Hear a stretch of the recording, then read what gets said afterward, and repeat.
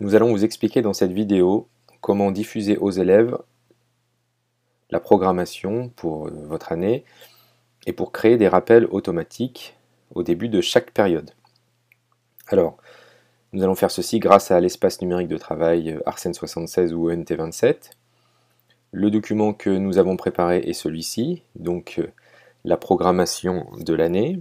Donc je vais d'abord commencer par faire une capture d'écran qui est disponible sur les différents systèmes Windows ou Macintosh. Ensuite, je me rends sur le NT. Alors, nous allons avoir plusieurs étapes importantes. La première étape, alors en fonction de la configuration de l'ENT, nous allons nous rendre dans Porte Documents, qui pour moi est ici dans Autres services. Ensuite, je vais créer pour le test, pour vous montrer, ajouter un répertoire. Donc, je vais créer un répertoire que je vais appeler test. Voilà, donc j'ai bien un répertoire test dans lequel je vais rentrer. Ensuite, je vais ajouter un fichier.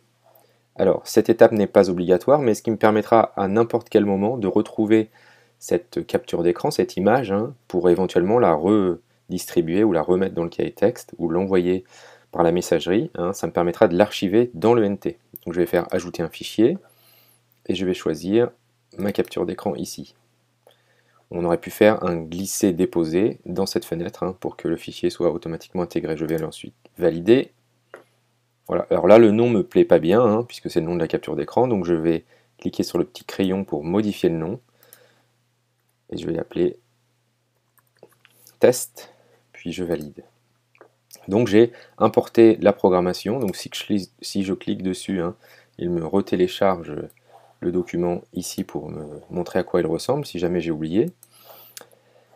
Donc j'ai bien mon document ici. Ensuite je vais aller dans classeur pédagogique. Alors de la même manière, pour vous montrer, je vais ajouter un dossier, voilà, que je vais appeler test.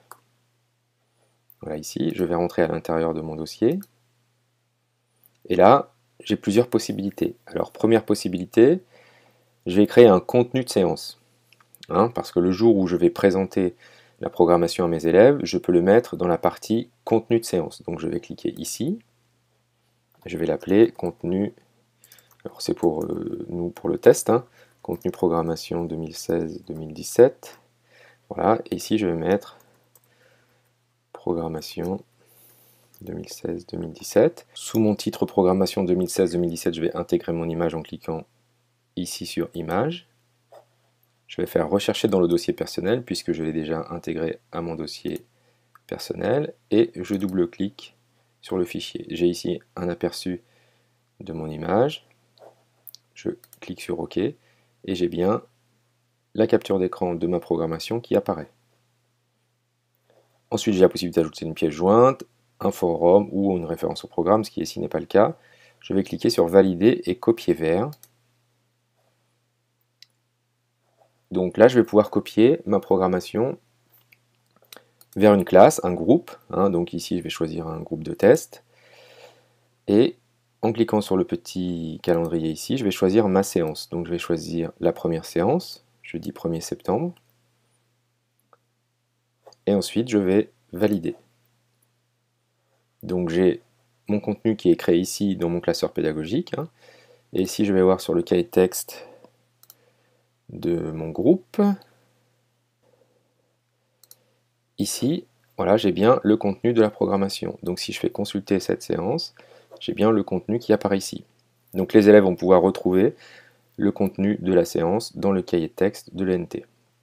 Deuxième étape, ce qui m'intéresse, c'est que à chaque fois que nous allons changer de période, il y a un petit rappel dans Travail à faire qui sera prévoir le changement d'activité pour cette nouvelle période, par exemple. Donc je vais retourner dans Classeur pédagogique, mais ce coup-ci, dans Test, je vais ajouter ici un travail à faire. Donc je vais mettre type d'exercice, par exemple, je vais mettre préparer la séance, changement de période. Voilà, attention, changement de période, virgule, nous changeons d'activité. Voilà, et je vais retourner ici, chercher mon image dans mon répertoire personnel test qui s'appelle test. Et je valide. Voilà. Donc ici, je vais avoir ce coup-ci dans travail à faire, hein, ce texte qui va s'intégrer automatiquement. Donc je vais faire valider et copier vers. Donc je vais rechoisir mon groupe. Voilà. Et là, du coup, hein, on va changer de période le 28 novembre. Donc je vais voir quelle est la journée qui est juste avant le 28 novembre. Hein, c'est le 24 novembre. Il faut bien mettre, attention petite astuce, le travail à faire sur la séance d'avant. Si c'est pour le 28, il faut du coup que je mette le travail à faire dans la séance du 24. Voilà. Ensuite, l'autre changement de période se fera pour le 6 février. Donc, je vais ce coup-ci choisir le jeudi 2 février. Et la dernière période, le changement est pour le 24 avril.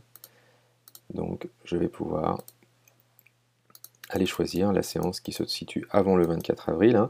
Le logiciel me propose automatiquement les séances que je vais avoir avec cette classe. Donc le 24 avril, la séance d'avant ce sera le 6 avril. Voilà. Ensuite, je valide. Et donc, il nous montre bien ici hein, que pour ces 3 changements de période, l'élève va avoir incrusté dans son travail à faire, qui permettra de ne pas oublier le changement de période. Donc voici hein, un petit peu comment ça va se présenter hein, à l'issue de la séance du 24 novembre, à faire pour la séance du 28 novembre, ce qui est bien le changement de période, et mon texte va apparaître.